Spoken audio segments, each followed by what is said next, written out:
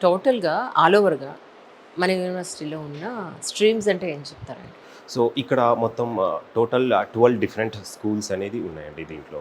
So, ముందుగా తీసుకుంటే గనక మన సౌత్ ఇండియా నుండి ఎక్కువగా స్టూడెంట్స్ వచ్చేది కంప్యూటర్ సైన్స్ ఇంజినీరింగ్. అంటే కంప్యూటర్ సైన్స్‌తో పాటు ఈ మధ్య కాలంలో కొంత కోర్ బ్రాంచెస్ కూడా వస్తున్నారు. So, school of engineering ITM యూనివర్సిటీలో వచ్చేసరికి మనము బీటెక్ కంప్యూటర్ సైన్స్ ఇంజినీరింగ్‌తో పాటు electronics and communication engineering, electrical engineering, mechanical and civil branches అనేది ఆఫర్ చేస్తున్నామండి.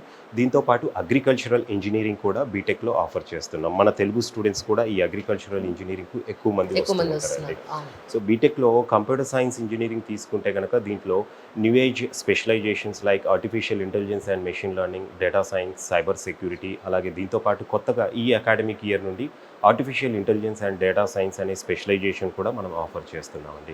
కంప్యూటర్ సైన్స్‌లో మనం ఆఫర్ చేసే స్పెషలైజేషన్స్ అన్నీ కూడా ఐబీఎం అండ్ ఏడబ్ల్యూఎస్ కొలాబరేషన్‌తో ఆఫర్ చేస్తున్నాం.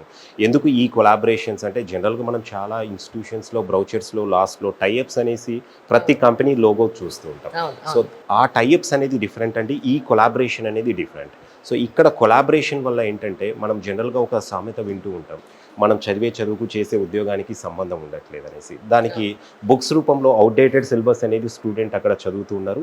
బట్ ఇప్పుడు ఇండస్ట్రీ వర్క్ చేసే ప్లాట్‌ఫార్మ్ అండ్ టెక్నాలజీ చాలా డిఫరెంట్. ఈ రెండిటిని మ్యాచ్ చేయాలంటే డెఫినిట్‌గా ఇన్‌స్టిట్యూషన్ అనేది ఒక కంపెనీతో కొలాబరేట్ అవ్వాల్సి ఉంటుందండి.